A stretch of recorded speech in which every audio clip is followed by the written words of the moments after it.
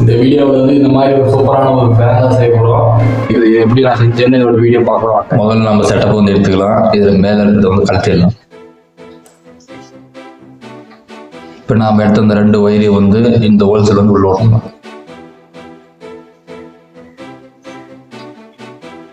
அவ்வளோ அந்த மாதிரிக்கணும். அதுக்கப்புறம் முக்கியமானது டிசி மோட்டார். இந்த 2 ஒயரை வந்து மோட்டரில் வந்து சால்டிங் வச்சிடணும்.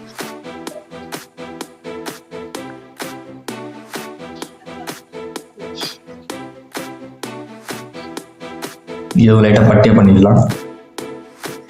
இப்போ இந்த மாதிரி இருக்கிற மாதிரி வச்சு நம்ம குளூ ஒன்று போட்டு ஒட்டிடலாம்.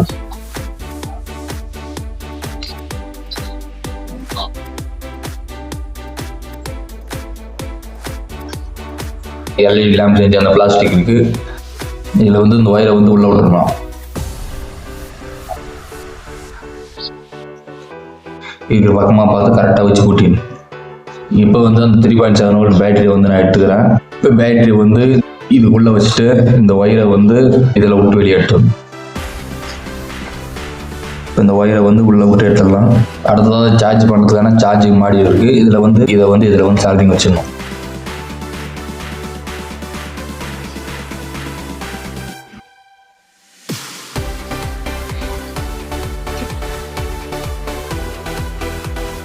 இதில் அவுட்புட் மைனஸோட சால்டிங் வச்சிடணும்.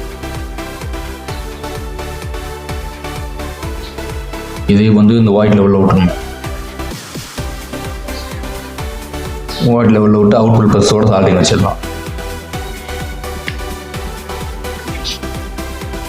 அந்த 2 ஒயரை வந்து சுவிட்சுக்கு போகிற ஹோல்ஸ்கள் வந்து உள்ள விட்டுடலாம். 2 பின்ல வந்து நம்ம முறிக்கலாம் வச்சு.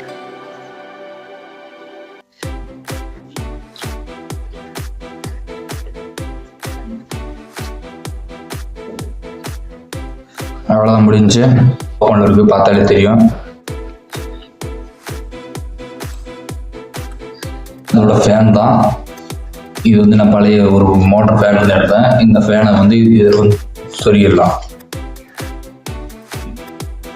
அவ்வளோதான் முடிஞ்சு. இப்போ வந்து ஆன் பண்ணி பார்க்கலாம்.